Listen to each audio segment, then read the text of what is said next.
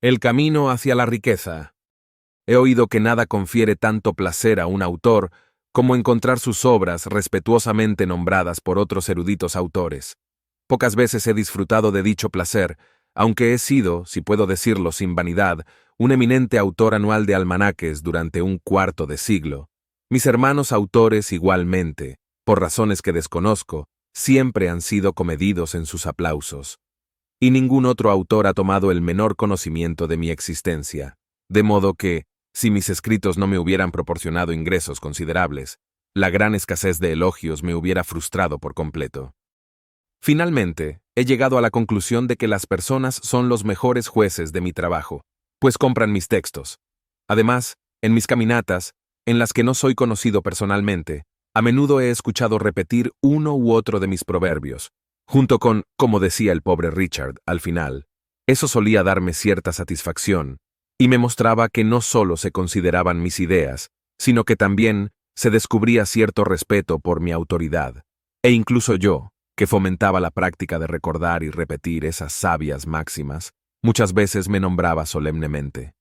Juzgad, pues, cuánto me ha complacido un incidente que os voy a contar.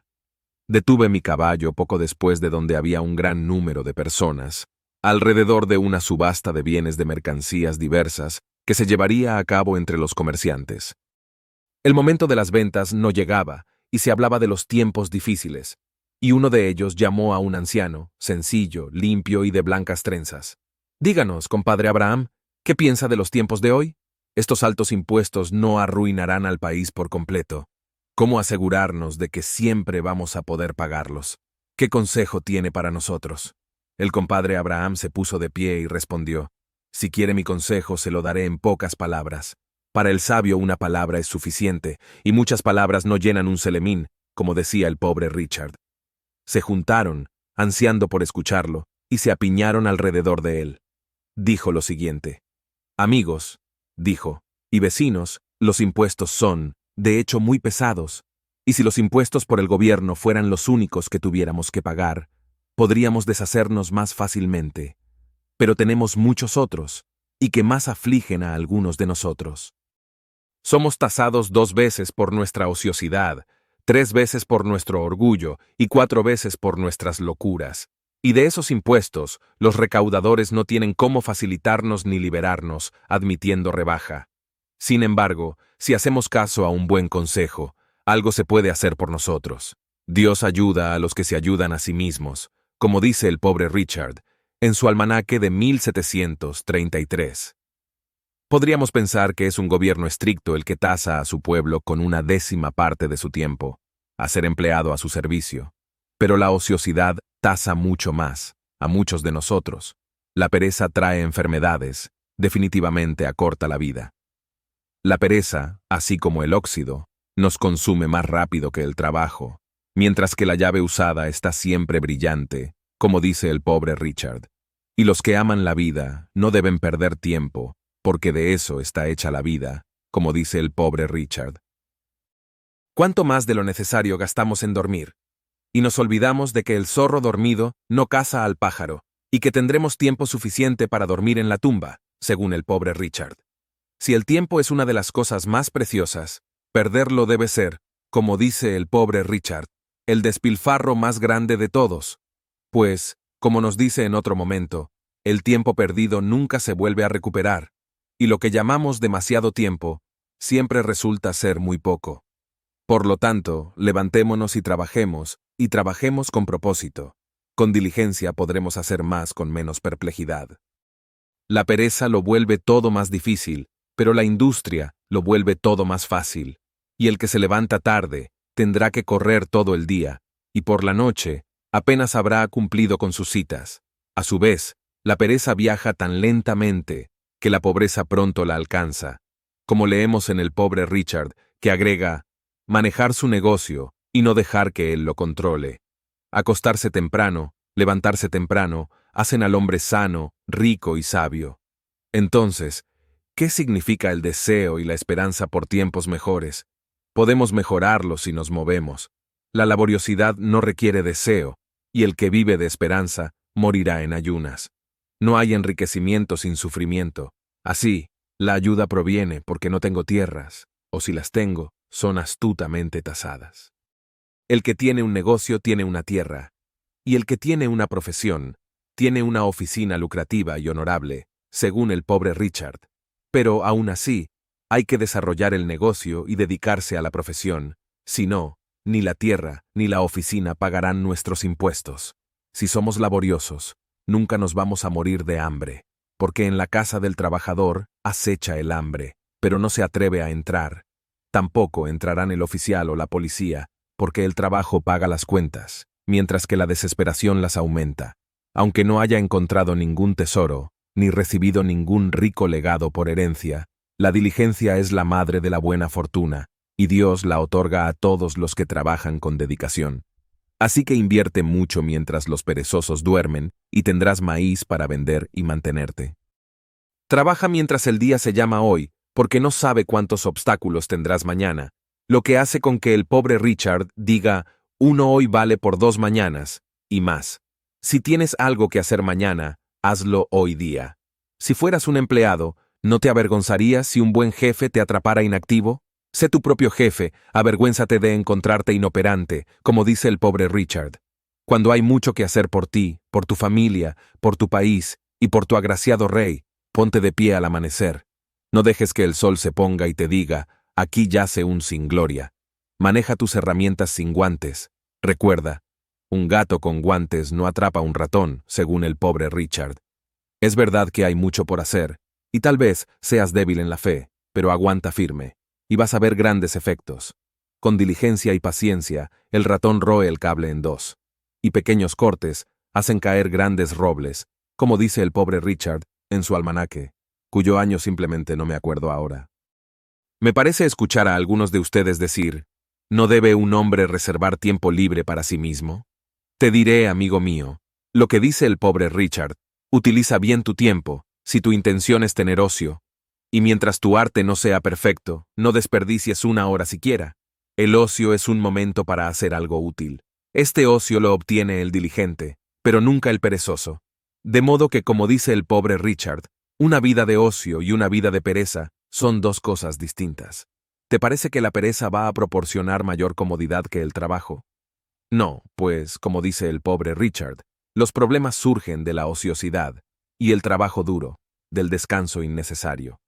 Muchos, sin trabajo, solo se ganan la vida de manera sospechosa, pero se arruinan por falta de reservas. Mientras que la laboriosidad asegura comodidad, abundancia y respeto, huye de los placeres y te seguirán. El sembrador de algodón diligente tiene un largo viaje, y ahora que tengo una oveja y una vaca, todos me desean un buen día. Todo esto el pobre Richard lo dice muy bien. Pero con nuestra industria, de la misma manera, debemos ser firmes, serenos y cautelosos, y vigilarnos con nuestros propios ojos, y no creer demasiado en los demás. Después de todo, como dice el pobre Richard, nunca he visto que cambien a menudo de lugar a un árbol, tampoco a una familia que decide mudarse constantemente, que prospere tan bien al igual que los que se asentaron, decidieron quedarse. Y de nuevo, mudarse 3 veces no es tan malo como un incendio. Y de nuevo, mantén a tu tienda, y tu tienda te mantendrá. Y de nuevo, si quieres que tu negocio se haga realidad, cuida personalmente, si no manda a otro. Y de nuevo, el que con el laboreo pretende prosperar, tendrá que contenerse o conducirse a sí mismo. Y de nuevo, el ojo del jefe rinde más trabajo que ambas manos. Y de nuevo, la falta de cuidado nos genera más sufrimiento que la falta de conocimiento. Y de nuevo, no vigilar a los trabajadores es dejar la cartera abierta. Dejar demasiado al cuidado de otros es la ruina de muchos. De ahí que dice el almanaque, en los temas de este mundo los hombres se salvan, no por la fe, sino por su ausencia. Pero cuando el hombre mismo se ocupa de los temas, saca provecho. Por lo tanto, decía el pobre Dick, aprender es para los estudiosos, las riquezas para los cuidadosos, así como el poder es para los audaces y el cielo para los virtuosos. Además, si quieres tener un empleado fiel y uno que te guste, trabaja por tu cuenta. Y nuevamente, advirtió sobre la circunspección y la atención, aún en las cuestiones más mínimas, porque a veces una simple negligencia puede hacer mucho daño. Además, por la falta de un clavo se perdió la herradura. Por la falta de una herradura se perdió el caballo, y por la falta de un caballo, el jinete se perdió, siendo capturado y asesinado por el enemigo. Todo por la falta de un clavo en la herradura. Todo esto se ha dicho sobre la industria, amigos, y la atención al negocio en sí. Pero a eso hay que añadir la frugalidad, para que nuestra industria tenga éxito, seguramente. Un hombre puede, si no sabe ahorrar cuando gana, pasar toda su vida trabajando duro y seguido, y cuando se muera no valdrá ni un centavo. Una cocina gorda crea un testamento delgado, como dice el pobre Richard. Y muchas propiedades se gastan para mantenerse, desde que las mujeres, por el té, abandonaron el hilado y el tejido, y los hombres, por un trago, dejaron de cortar la leña. Si quieres ser rico, dice en otro almanaque, piensa tanto en ahorrar como en lograrlo. Las Indias no enriquecieron a España, porque sus gastos fueron más altos que sus ganancias. Deshazte, entonces, de tu costosa locura, y no tendrás que quejarte de tiempos difíciles, los altos impuestos y las familias endeudadas. Pues, mujeres y vino, juegos y disimulo, vuelven pequeña la riqueza y grande la ambición. Y además, el costo de una adicción es suficiente para educar a 2 niños. Puedes pensar que, tal vez, un poco de té, o un poco de bebida, de vez en cuando, una dieta un poco más costosa, ropas un poco más elegantes, y, a veces, un poco de diversión, no son un gran problema. Pero recuerda lo que dijo el pobre Richard. Varios pocos hacen un mucho, y enseguida, cuidado con los pequeños gastos. Una pequeña fuga hunde un gran navío, pues el que ama los manjares se verá como un pedigüeño. Además, los necios hacen banquetes, pero son los sabios que los comen. Aquí estáis todos, juntos en esta tienda de galas y baratijas. Los llamáis bienes, pero si no tenéis cuidado, resultarán perjudiciales a algunos de vosotros. Creéis que se venderán baratos, que tal vez puedan salir por menos de lo que cuestan, pero si no los necesitáis, os serán caros. Recuerda lo que dice el pobre Richard. Compra lo que no necesites, y pronto tendrás que vender lo que necesites. Y de nuevo, frente a una gran bagatela, espera un poco. Esto significa que, tal vez, el precio bajo sea solo aparente, y no real, o la ganga, al dificultar su negocio, traiga más daño que beneficios. Además, dice, muchos han logrado su ruina comprando bagatelas. Una vez más, el pobre Richard dice, es una insensatez tirar el dinero en compras de las que te arrepientes, y aún así, esta locura se practica todos los días en las ferias, por no seguir lo que está en el almanaque. Los sabios, como dice el pobre Richard, aprenden de los errores ajenos. Los necios, difícilmente con los suyos, pero Felix quem faciunt aliena pericula caustum. Muchos, por desear ropas refinadas, se fueron con el estómago vacío y mataron de hambre a sus familias. Sedas y satenes, escarlatas y terciopelos, como dice el pobre Richard, apagan el fuego de la cocina. Estas no son necesidades de la vida. Difícilmente se pueden llamar conveniencias. Sin embargo, solo porque poseen belleza, ¿cuántos quisieran tenerlas? Los deseos artificiales de la humanidad se vuelven más numerosos que los naturales. Y como dice el pobre Richard, para un pobre hay 100 pedigüeños.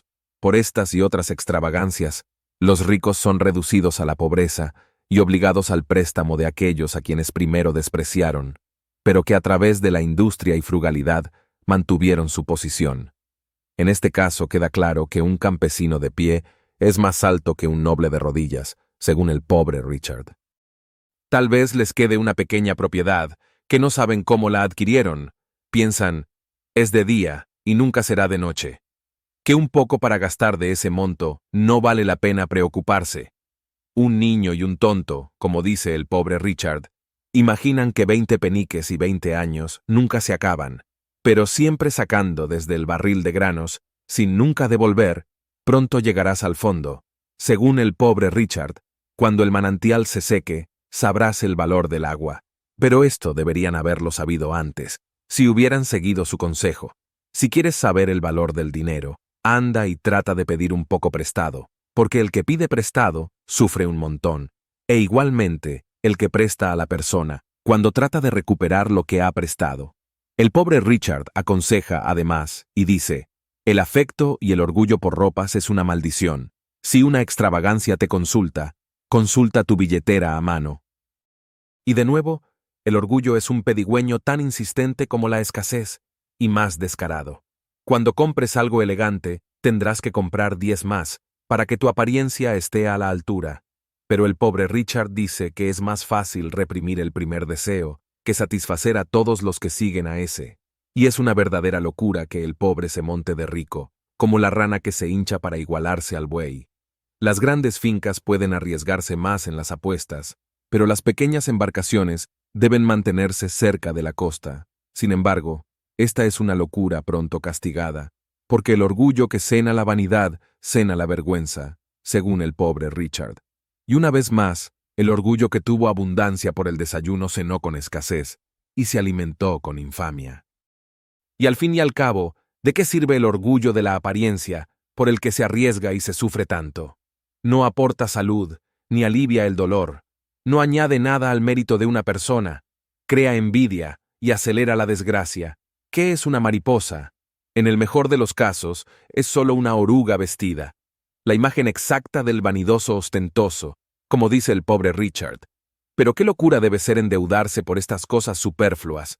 Las condiciones del mercado nos ofrecen 6 meses de crédito, y esto, tal vez, indujo a algunos de nosotros a aceptarlo, porque ahora no podemos disponer del dinero y esperamos estar bien sin él. Pero piensa en lo que haces cuando te endeudas. Das a otro el poder sobre tu libertad. Si no puedes pagar a su vencimiento, te sentirás humillado a la vista de tu acreedor. Tendrás miedo de hablar con él, pondrás excusas pobres, miserables y furtivas, y, de a poco, perderás tu veracidad, e irás fondo, mintiendo de verdad. Pues el segundo vicio es mentir, el primero es endeudarse, como dice el pobre Richard. Y aún, respecto a eso, la mentira cabalga a lomos de la deuda.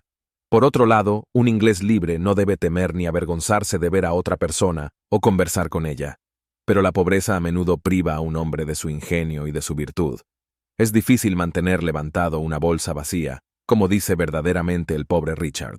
¿Qué dirías de un príncipe o de un gobierno que promulgara una ley que te prohibiera vestir como un caballero o una dama, bajo pena de prisión o servidumbre? ¿No dirías que eres libre, que tienes derecho a vestirte como quieras, y que una ley así sería una violación de tus privilegios, y que dicho gobierno sería tiránico? Y aún así contemplas someterte a esa tiranía cuando estás en deuda con esa ropa. Tu acreedor tiene autoridad y a su antojo puede privarte de libertad, encarcelándote o vendiéndote como siervo si no tienes medios para pagarle. Cuando cierres el trato, puede que hagas poco del pago, pero los acreedores, nos aclara el pobre Richard, tienen mejor memoria que los deudores. Y por otra parte, dice, los acreedores son una secta supersticiosa, grandes observadores de los días y de las horas establecidas. El día llega antes de que te des cuenta, y la demanda de crédito se hace antes de que estés preparado para cumplirla. O, en caso de que te estés recordando tu deuda, la fecha de vencimiento que parecía tan lejana estará, a medida que el tiempo se dilata, extremadamente cerca. El tiempo parecerá haber ganado alas en tus talones y hombros. La cuaresma es corta, decía el pobre Richard, para los que tienen deudas que pagar en Semana Santa. Por eso se dice, el que pide prestado es esclavo del que presta, y el deudor del acreedor desprecia la cadena y conserva tu libertad. Y mantén tu independencia, sé laborioso y libre, sé frugal y libre. Puede que creas que, en este momento, estás en una condición próspera, y que puedes manejar pequeñas extravagancias sin pérdida, pero para la vejez y la escasez, ahorra mientras puedas. El sol de la mañana no llegará al anochecer, como dice el pobre Richard. Los ingresos pueden ser temporales e inciertos, pero mientras vivas, los gastos serán constantes y seguros, y es más fácil construir 2 chimeneas que mantener una provista, como dice el pobre Richard. Así que más vale ir a la cama sin cenar que despertarse endeudado. Toma lo que puedas, y lo que tomes, guárdalo. Esta es la piedra que convertirá todo tu plomo en oro, como dice el pobre Richard. Y cuando tengas la piedra filosofal, seguro que ya no te quejarás de los malos tiempos, ni de la dificultad de pagar los impuestos. Esta doctrina, amigos, está hecha de razón y sabiduría, pero además, no dependáis demasiado de vuestra propia industria, frugalidad y prudencia, aunque sean cosas excelentes, pues pueden ser destruidas sin la bendición del cielo, y por lo tanto, pedid esa bendición con humildad, Y no dejéis de ser caritativos con los que parecen estar necesitados ahora, sino consoladlos y ayudadlos. Recuerda que Job sufrió y luego prosperó. Finalmente, para concluir, la experiencia es una buena escuela, pero los tontos en ninguna otra aprenderán, y difícilmente en esta, porque de hecho podemos aconsejar, pero no comportarnos, como dice el pobre Richard. Sin embargo, recuerda, no tienes forma de ayudar a los que no toman el consejo, como dice el pobre Richard. Y más, si no escuchas las voces de la razón, seguramente te castigará. Así terminó su discurso el anciano caballero. El pueblo lo escuchó y aprobó la doctrina, e inmediatamente se puso a hacer lo contrario, como si se tratara de un sermón ordinario. Cuando se abrió el mercado, empezaron a comprar extravagancias, a pesar de las advertencias del caballero y del miedo a los impuestos. Comprobé que el buen hombre había estudiado profundamente mis almanaques y digerido todo lo que había puesto sobre estos temas a lo largo de 25 años. La frecuente mención de mi nombre debe haber cansado a cualquiera, pero mi vanidad se deleitaba maravillosamente con eso, aunque era consciente de que ni una décima parte de esa sabiduría era mía, a la que me atribuía, sino el resultado de lo que había extraído buscando la sabiduría acumulada de todas las edades y naciones. Sin embargo, decidí que más valía ser el eco de ello, y aunque al principio estaba empeñado en comprar el forro para un nuevo abrigo, cambié de opinión y decidí llevar el usado por más tiempo. Lector, si haces lo mismo, tu beneficio será tan grande como el mío. Estoy, como siempre, a tu disposición, para servirte. Richard Saunders, julio, 1757. Observaciones sobre de los salvajes de Norteamérica. Salvajes, así los llamamos, porque sus costumbres difieren de las nuestras, que entendemos como perfección de la civilidad, y ellos piensan lo mismo de los suyos. Tal vez si pudiéramos examinar las costumbres de las diferentes naciones con imparcialidad, no encontraríamos ningún pueblo tan grosero que no tuviera una regla de buena conducta, ni ninguno tan educado que no tuviera alguna presencia de rudeza. Los indios, cuando jóvenes, son cazadores y guerreros, cuando viejos, son consejeros. Todo su gobierno se lleva a cabo por el consejo y la dirección de los sabios.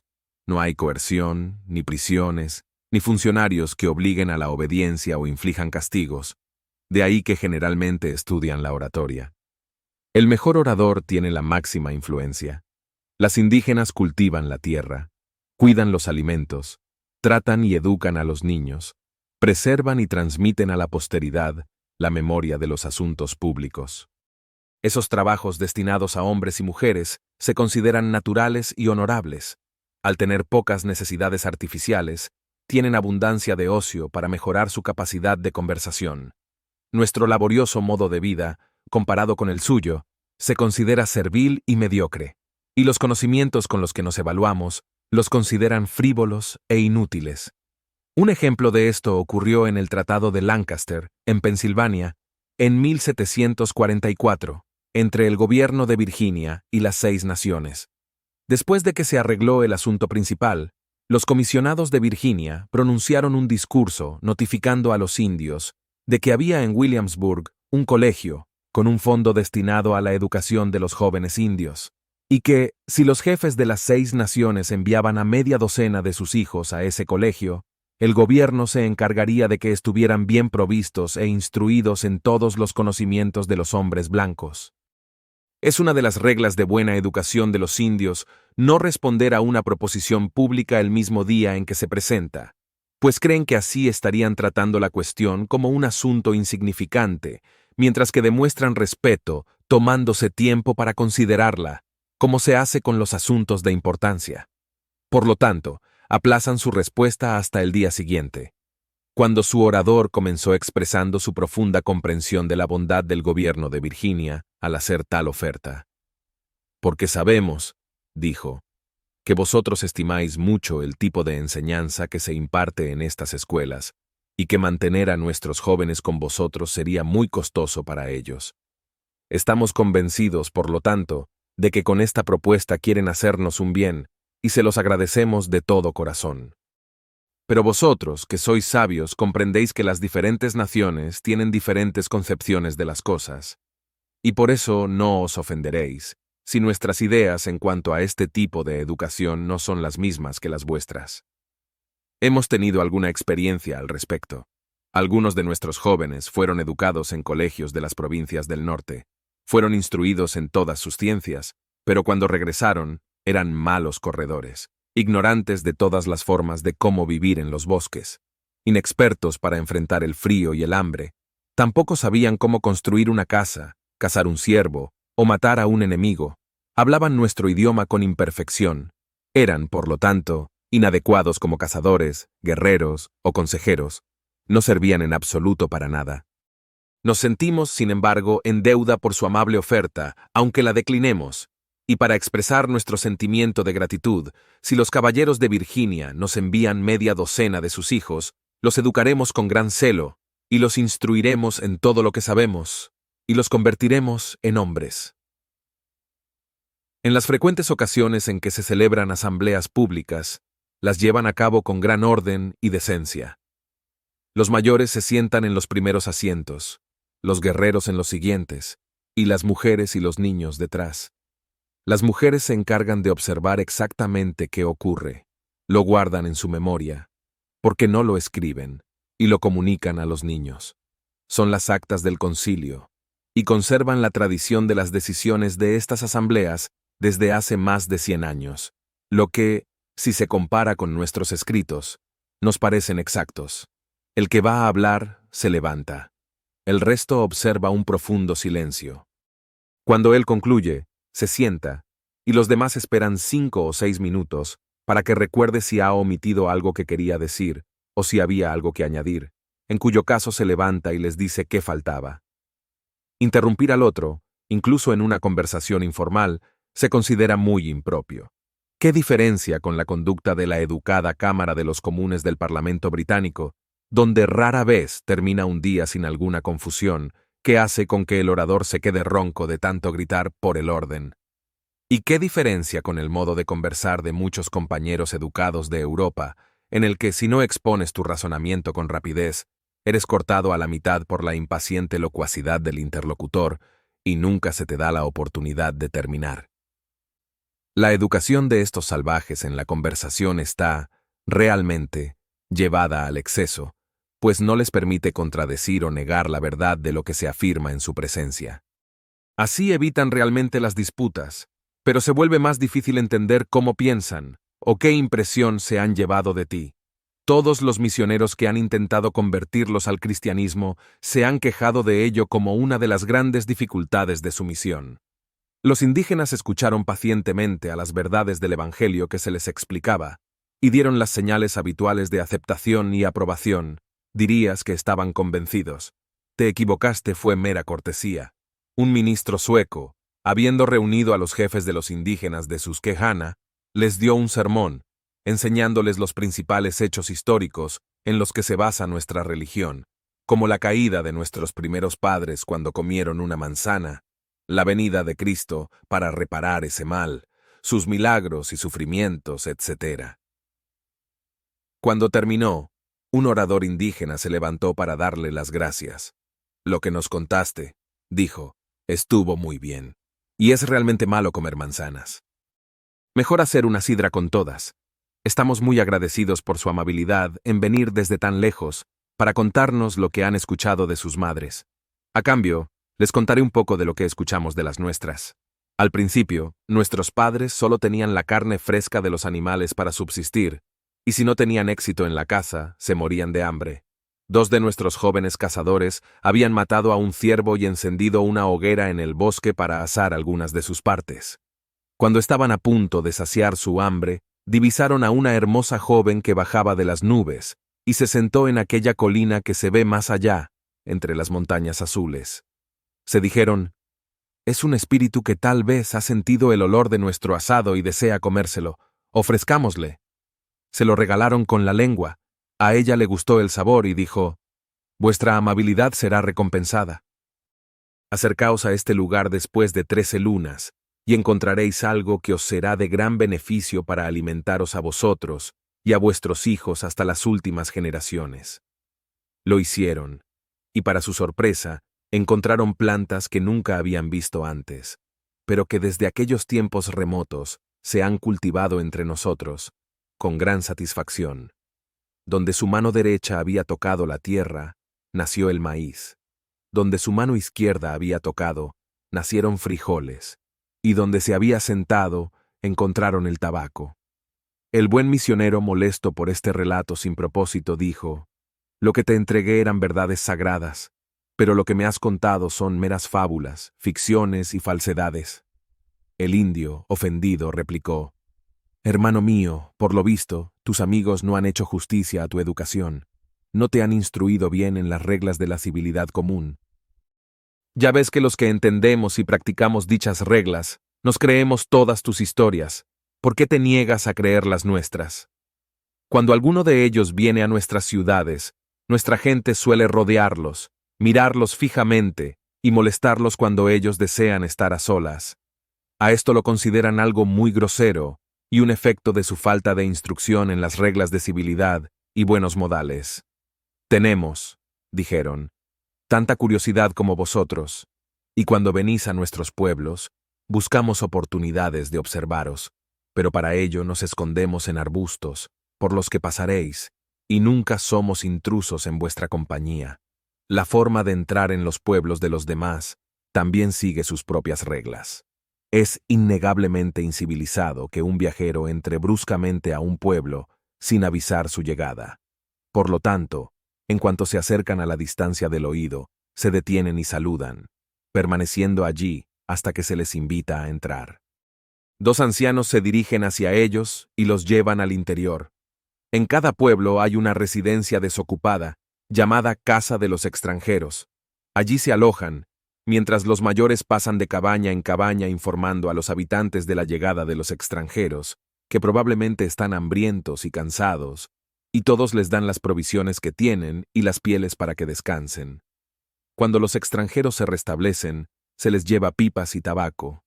Y entonces, y no antes, comienza la conversación y las preguntas sobre quiénes son, a dónde van, las noticias, entre otras cosas, lo que generalmente termina con ofertas de servicio, si los extranjeros necesitan guías o cualquier cosa necesaria para continuar su viaje, y no se les cobra nada por su acogida. La misma hospitalidad, estimada entre ellos como su principal virtud, es practicada por personas en privado, a lo que Conrad Werser, nuestro intérprete, me proporcionó el siguiente ejemplo. Se ha naturalizado entre las 6 naciones y habla bien la lengua Mohawk. Atravesando la tierra de los indígenas para llevar el mensaje de nuestro gobernador al consejo de Onondaga, se detuvo en la morada de Canacetego, un viejo conocido, que lo abrazó, le tendió pieles para que se sentara, le puso delante algunos frijoles hervidos y carne de ciervo, y mezcló un poco de ron y agua para beber. Cuando se restableció y pitó su pipa, Canacetego se puso a conversar con él. Le preguntó cómo se había ido por tantos años sin verse, de dónde venía, qué ocasionó el viaje, etc. Conrad respondió a todas sus preguntas, y cuando la conversación empezó a decaer, el nativo, para continuar, dijo: «Conrad, tú has vivido mucho entre los blancos, y conoces algo de sus costumbres. He estado algunas veces en Albany, y he observado que una vez, cada 7 días, cierran sus tiendas y se reúnen todos en la casa grande. Dime a qué se debe eso». «¿Qué hacen allí?» «Se reúnen», dijo Conrado, «para escuchar y aprender cosas buenas». «No lo dudo», dijo el indígena, «te lo dicen, a mí me lo han dicho igual, pero yo dudo de la verdad de lo que dicen, y te diré mis razones.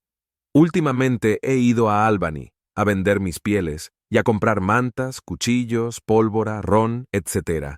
Ya sabes que generalmente trato con Hans Hanson, pero esta vez me he sentido un poco inclinado a probar con otros comerciantes. Sin embargo, primero busqué a Hans y le pregunté cuánto daría por un castor. Dijo que no podría darme más de 4 chelines la libra, pero dijo: «No puedo hablar de negocios ahora. Hoy es el día en que nos reunimos para aprender cosas buenas, y estoy yendo a la reunión». Así que pensé, ya que no voy a hacer ningún negocio hoy, quizás sea bueno que yo también vaya a la reunión, y me fui con él. Allí, un hombre vestido de negro se levantó y empezó a hablar con la gente de forma muy nerviosa. No entendía qué decía, pero me daba cuenta de que me miraba mucho, y a Hanson también, y me imaginé de que estaba muy enfadado por verme allí. Así que salí, y me senté cerca de la casa. Hice fuego y encendí mi pipa, esperando a que terminara la reunión. También pensé que el hombre había mencionado algo sobre los castores. Sospeché que ese era el tema de la reunión. Entonces empezaron a marcharse, y me acerqué a mi mercader. Bueno, Hans, le dije, espero que aceptes darme más de 4 chelines por libra. No, dijo, no puedo dar esa cantidad. No puedo dar más de 3 chelines y 6 peniques. Luego hablé con otros comerciantes, pero todos cantaban la misma cantinela. 3 y 6 peniques, 3 y 6 peniques. Esto me dejó claro que mis sospechas estaban correctas, y que, aunque simulaban ser la reunión para aprender cosas buenas, el verdadero propósito era consultar cómo engañar a los indígenas en el precio del castor. Considera esto un poco, Conrad, y estarás de acuerdo con mi opinión. Si se reunieran tan a menudo para aprender cosas buenas, seguro que ya hubieran aprendido algo. Pero siguen ignorantes. Ya conoces nuestras prácticas. Si un hombre blanco, que viaja por nuestras tierras, entra en nuestras cabañas, lo tratamos igual que a vosotros.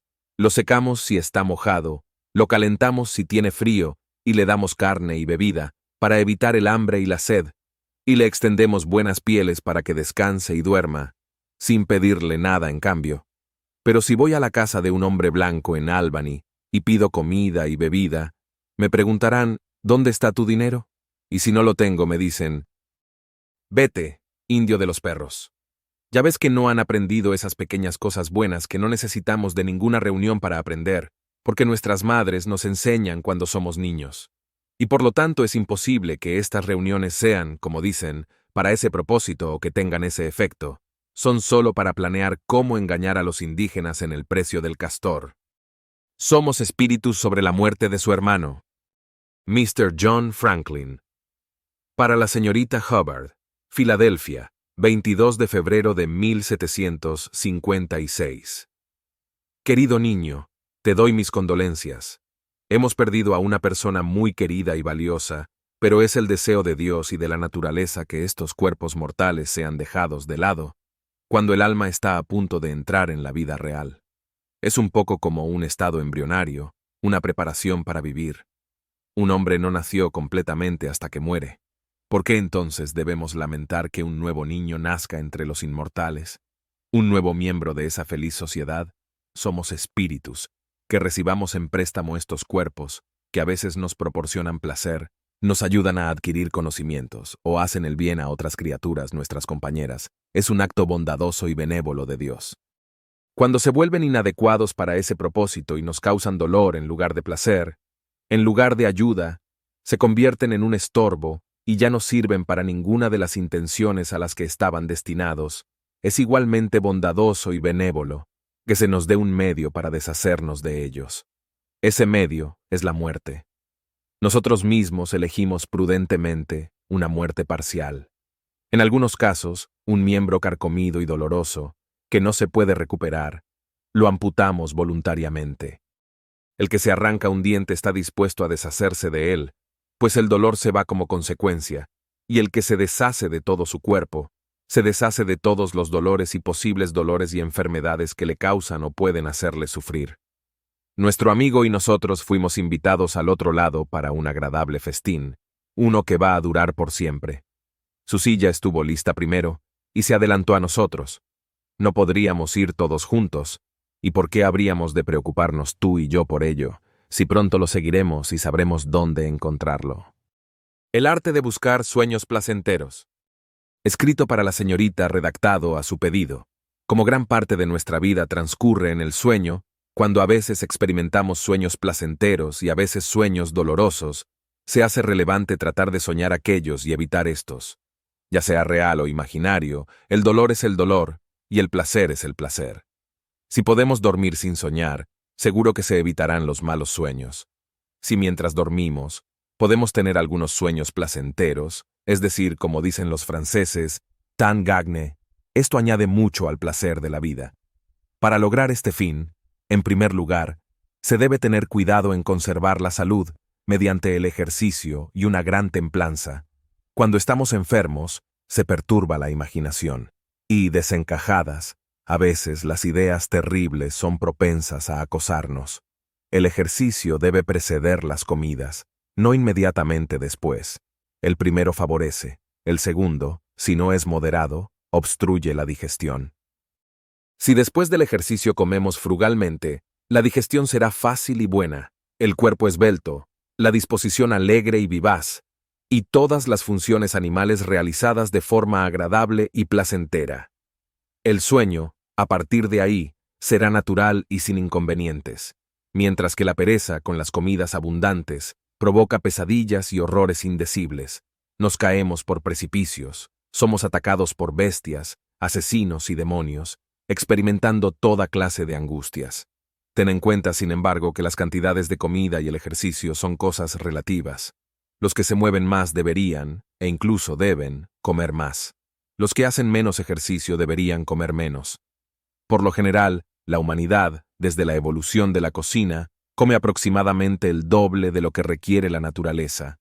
Las cenas no hacen daño si no cenamos, pero las noches inquietas suceden naturalmente a las cenas abundantes, después de los almuerzos sustanciosos. En efecto, como hay diferencia en las constituciones físicas, algunos descansan bien después de estas comidas. Solo les cuesta un sueño espantoso y la apoplejía, después de lo cual duermen hasta el día del juicio final. Nada es más común en los periódicos y entre la gente, de personas que, después de comer demasiado, fueron encontradas muertas en la cama por la mañana. Otra forma de preservar la salud, que se debe observar, es tener una fuente constante de aire fresco en el dormitorio. Es un gran error dormir bajo techo y en camas rodeadas de cortinas. La no entrada de aire exterior, que debería llegarle, es tan perjudicial como el aire no renovado, varias veces respirado, de un ambiente cerrado, así como el agua hirviente no aumenta su temperatura por la continuidad de su ebullición. Las partículas que reciben el calor pueden escapar. De la misma manera, los cuerpos vivos no se pudren si las partículas, tan rápido como se pudren, pueden ser expulsadas. La naturaleza las expulsa a través de los poros de la piel y de los pulmones, y en un lugar abierto son transportadas por el aire. Pero en un lugar cerrado las recibimos una y otra vez, mientras el aire se corrompe cada vez más. Así, un cierto número de personas aglomeradas en un lugar pequeño puede pudrir el aire en pocos minutos y seguir siendo mortal, como en el agujero negro de Calcuta. Se dice que una sola persona es capaz de pudrir un galón de aire por minuto y en consecuencia exige mayor tiempo para pudrir una habitación entera.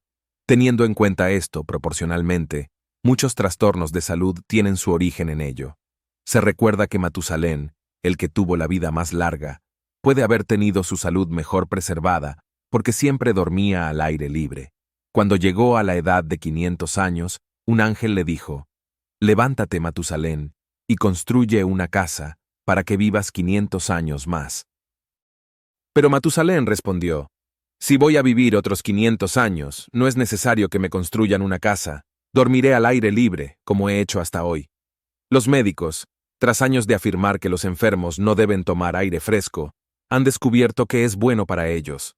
Tenemos además la esperanza de que, con el tiempo, descubran también que no es perjudicial para los que gozan de buena salud, y que entonces podamos curarnos de la aerofobia que actualmente aflige a las mentes débiles y les hace elegir ser asfixiados y envenenados en vez de dejar la ventana de la habitación abierta o bajar la ventana del carruaje.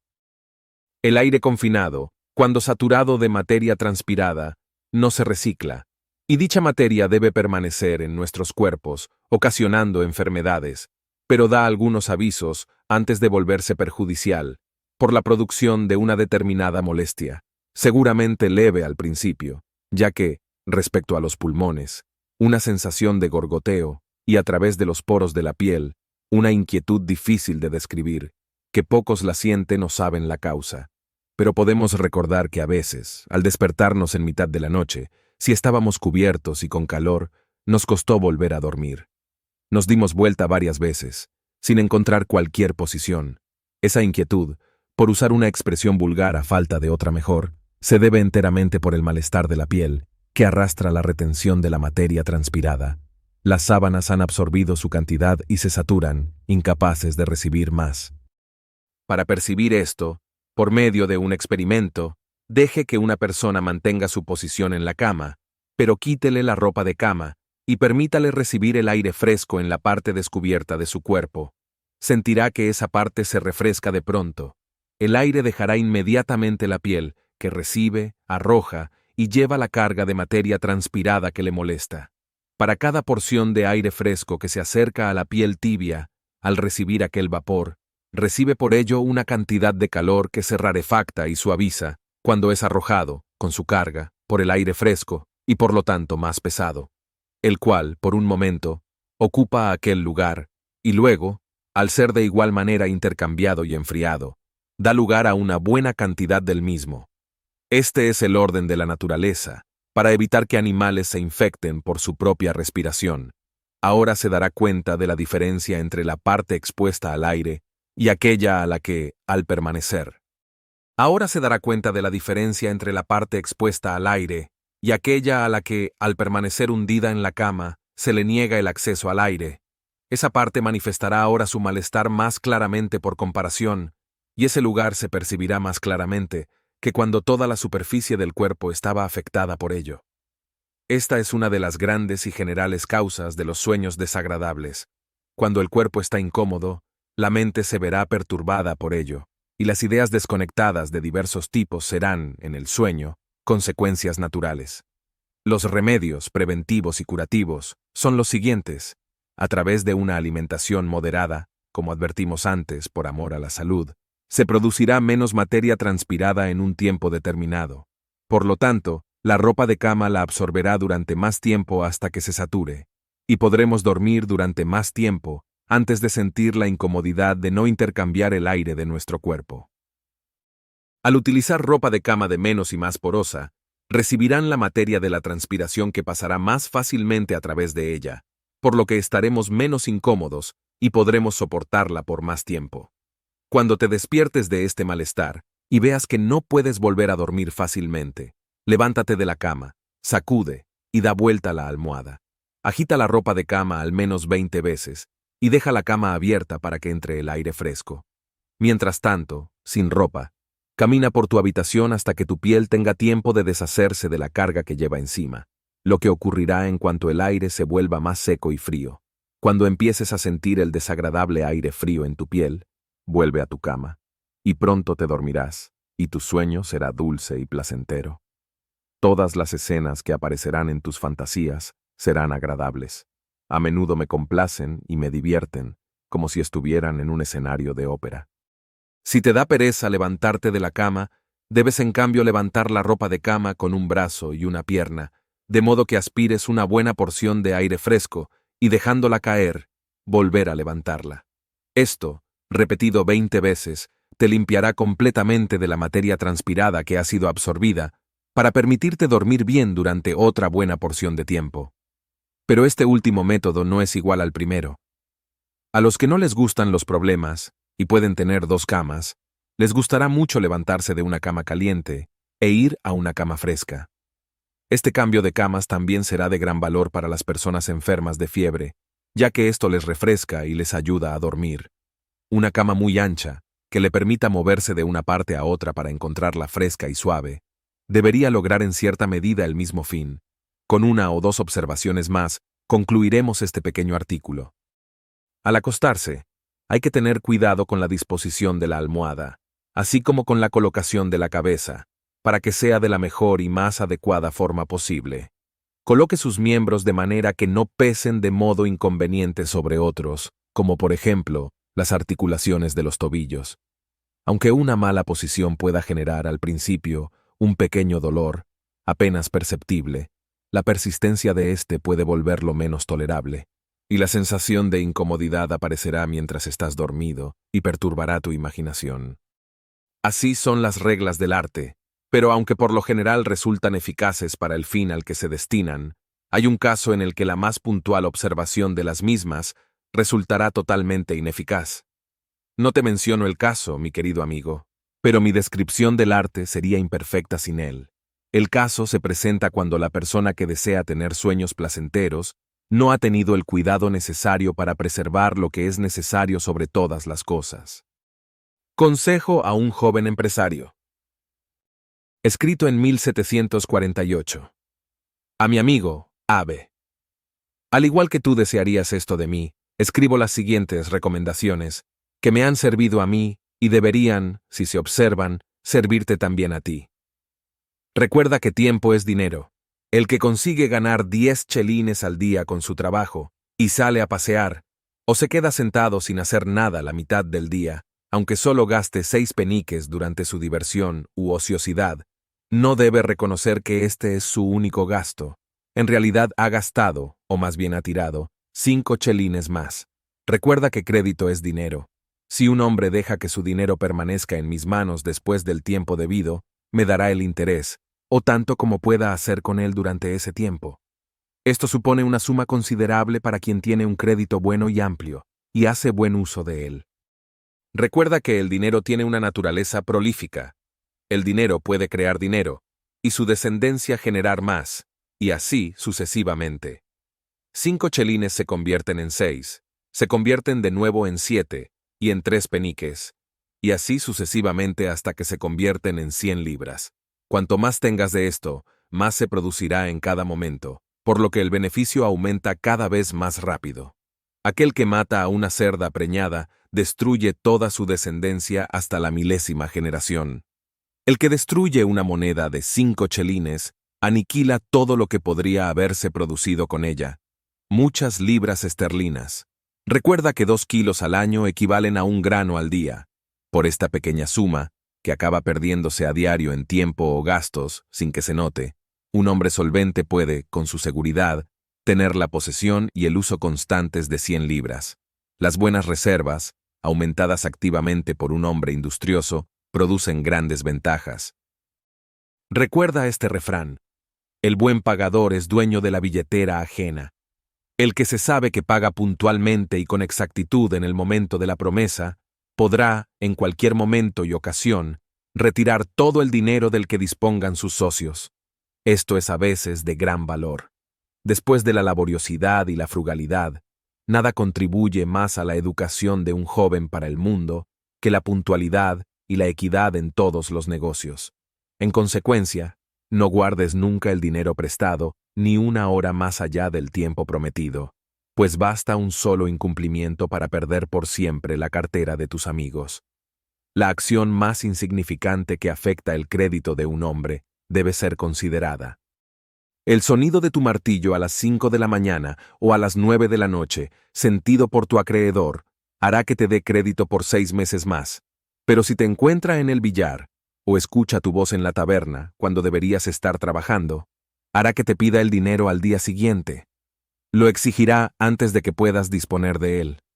Eso demuestra también que eres consciente de lo que posees. Te hará parecer cuidadoso y honesto, lo que aumentará aún más tu puntaje de crédito. Cuida en conocer todo lo que tienes y posees, y vive en concordancia. Este es un error que cometen muchos de los que tienen crédito. Para evitarlo, lleva la contabilidad, durante un tiempo, tanto de tus gastos como de tus ingresos. Si analiza primero las cuentas, esto tendrá un buen efecto. Descubrirá cómo maravillosamente los gastos pequeños e insignificantes se convierten en grandes sumas, y observará cuáles han sido estos gastos, para en el futuro ahorrar sin causar más inconvenientes. En resumen, el camino hacia la riqueza, si se desea, es tan claro como el camino hacia el mercado. Depende básicamente de 2 palabras: industria y frugalidad. Es decir, no desperdiciar ni el tiempo ni el dinero, sino hacer el mejor uso de ambos. Sin industria y frugalidad no se hace nada, y con ellas, todo.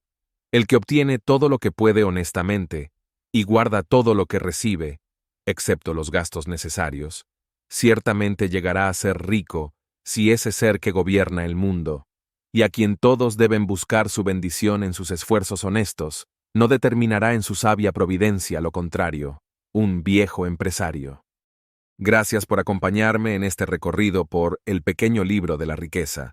Espero que las ideas y consejos compartidos te inspiren y te ayuden en tu camino hacia la libertad financiera. Si te ha gustado, no olvides darle like, suscribirte al canal y activar la campanita para no perderte nuestros próximos videos. Comparte este contenido con amigos y familiares que también quieran mejorar sus finanzas. Hasta la próxima. Y recuerda, La riqueza no solo está en el dinero, sino en cómo lo gestionas.